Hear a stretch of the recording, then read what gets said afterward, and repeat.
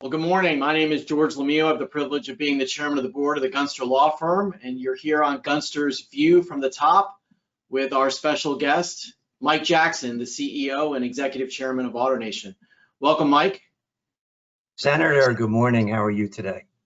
I'm doing great. It's always great to be with you. We're all thinking about Cheryl. Hopefully she's doing well, and know that you've been put back in the captain's chair at AutoNation at really an amazing time.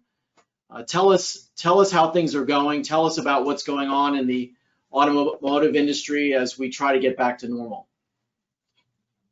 Well, Senator, first, thank you for extending the best wishes to Cheryl, which I will give to her. But yes, it was quite something back in mid-March with the pandemic. And, you know, George, I'm always over-prepared for everything.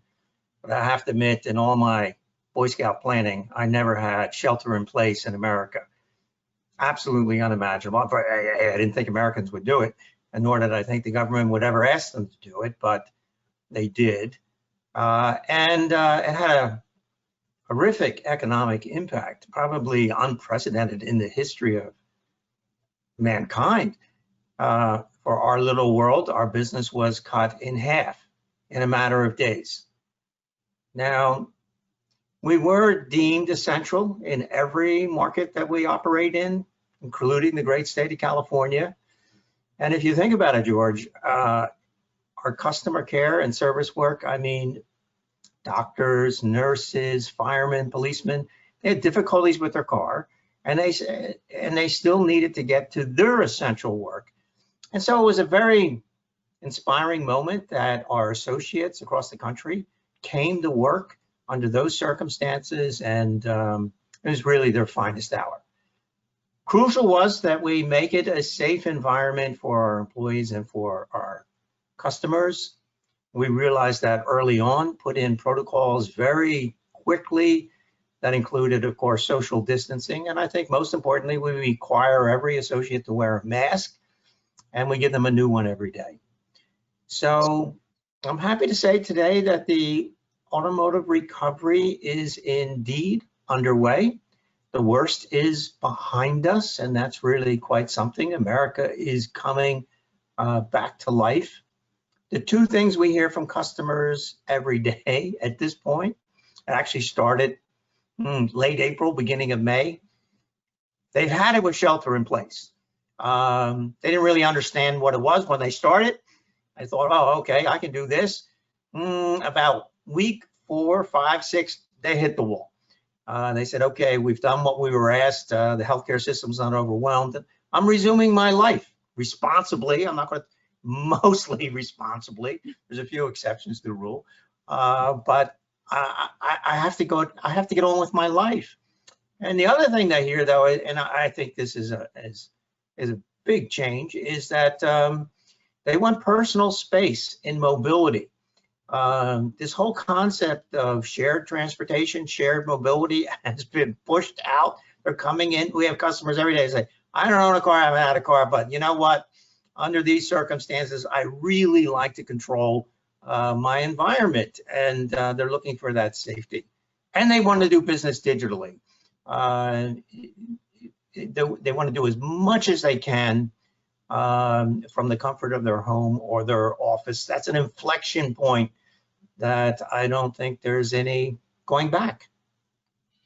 Mike, you and I both live, close to downtown Fort Lauderdale, close to a city, and there's been this new urbanism where, give up your car, move downtown, get on the train. It seems like this is going to be a pretty seismic shift in the way Americans think about that. Do you think this is going to be a boon for the auto industry going forward? Well, when you say the auto industry, well, that includes rental cars and fleets and everything else.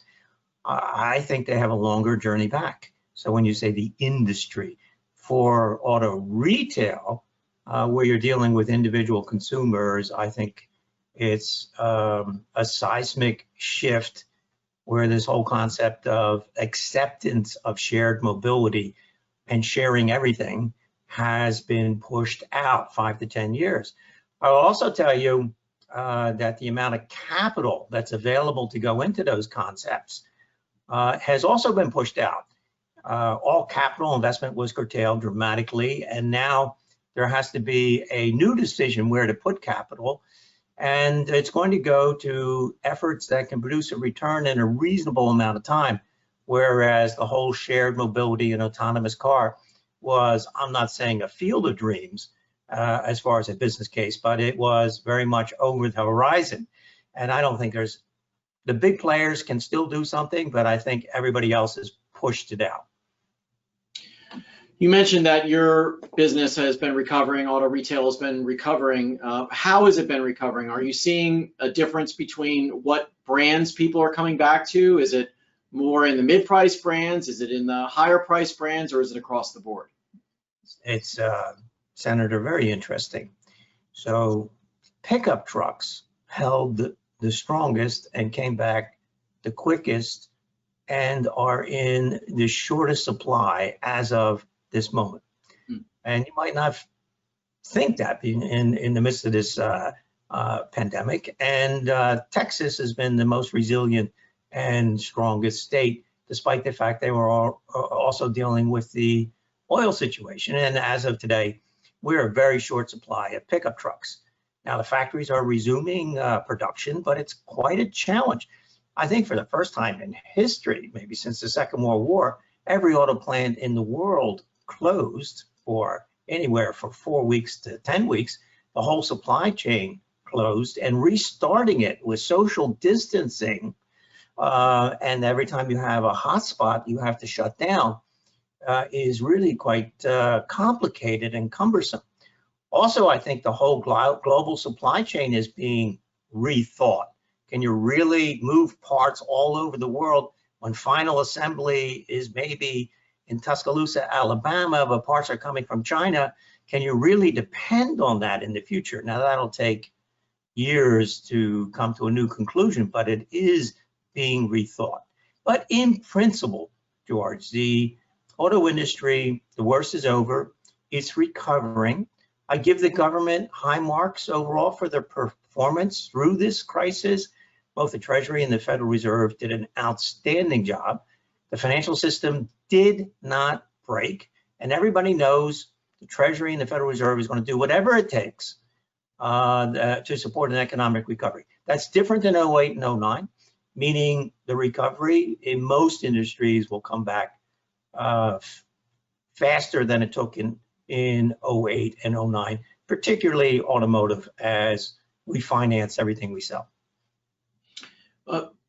Look forward for us. If I could put you in a time machine and put you to, say, end of the first quarter of next year, where do you think we'll be as an economy? Where do you think we'll be as a country? Yes.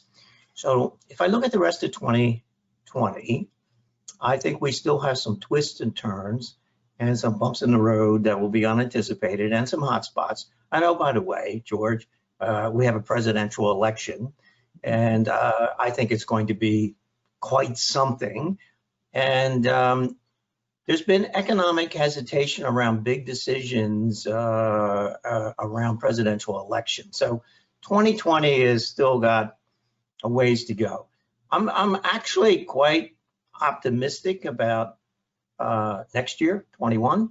I think the economic conditions and the recovery will be reasonably well. We'll have healthy GDP growth. But I'll tell you, I think the employment situation is going to be quite a challenge. Imagine, George, at the bottom of this pandemic, we had fewer jobs in America than at the bottom of the crisis of 08 and 09. That's unimaginable. And I think as the recovery comes underway, I think companies are going to be slow to rehire. They're going to have concluded that they can do more with less. Similar experience to 08, 09. The threshold to rehire is quite high. So I think we have a long, difficult journey on the employment side, but I'm very optimistic 2021 will be a year with very healthy GDP growth. When we saw that after 08 and 09 was a lot of jobs didn't come back quickly. It really took until the last few years for the employment numbers to be strong and robust. So that wouldn't be surprising, unfortunately. Yeah, imagine, Senator, it all got wiped. 10 years of job growth got wiped out in 2 months. and more. Right. Well, Mike, I appreciate you spending some time with us today. I'm so thankful for all that you do for our community, what AutoNation does, and everything from fighting cancer to what you did with me on the Stoneman Douglas Victims Fund. And you and Alice are just great pillars of our community. And I always learn a lot from you every time I speak with you. So I'm appreciative that you would be on Gunster's View from the Top today.